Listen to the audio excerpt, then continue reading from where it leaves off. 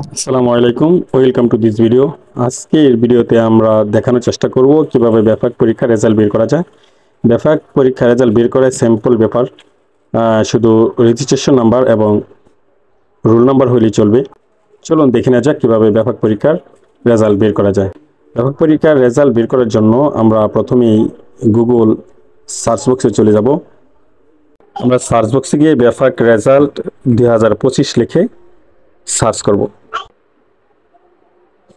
এরপর এই যে লোগোটা দেখা যাচ্ছে, এই প্রথম লোগোর উপর আমরা সার্চ করব।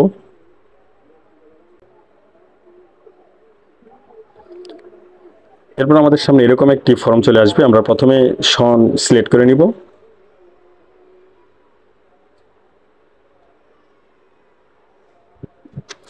এরপর আমরা কোন জামাতের রেজাল্ট দেখতে চাই সেই জামাতটাকে আমরা সিলেক্ট করে নিব। এরপর আমরা ইংরেজিতে রোল নাম্বার দিয়ে দিব। এরপর আমরা ইংরেজিতে রেজিস্ট্রেশন নাম্বার দিয়ে দিব। রেজিস্ট্রেশন নাম্বার দেওয়া শেষ হলে আমরা অনুসন্ধান করণের উপর টাচ করব।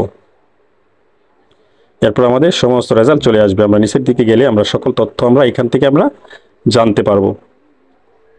ছাত্রছাত্রীর নাম জানতে পারবো এবং তার পিতামাতার নাম এবং তার পূর্ণ ঠিকানা, কোন মাদ্রাসা থেকে পরীক্ষা দিয়েছে তাও আমরা জানতে পারবো। এবং আরও নিচে গেলে আমরা তার সমস্ত পরীক্ষার তথ্য আমরা জানতে পারবো। তার ফলাফল সারসংক্ষেপ এই যে এখানে দেওয়া আছে।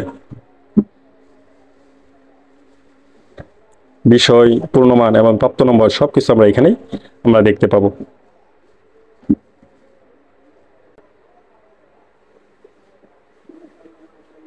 এরপর যদি আমরা এটাকে যদি আমরা প্রিন্ট করতে চাই, রেজাল্ট প্রিন্ট করতে চাই, তাহলে আমরা প্রিন্ট করুন এর উপর টাচ করব। অথবা আমরা যদি এটাকে পিডিএফ হিসেবে যদি আমরা ডাউনলোড করতে চাই, তাহলে আমরা পিডিএফ এর উপর টাচ করলেই এটা পিডিএফ হিসেবে ডাউনলোড হয়ে যাবে। এই যে পিডিএফ ডাউনলোড হয়ে গেছে। এখানে সকল তথ্য, সে কোন সাবজেক্টে কত নাম্বার পেয়েছে তা এখানে দেওয়া আছে।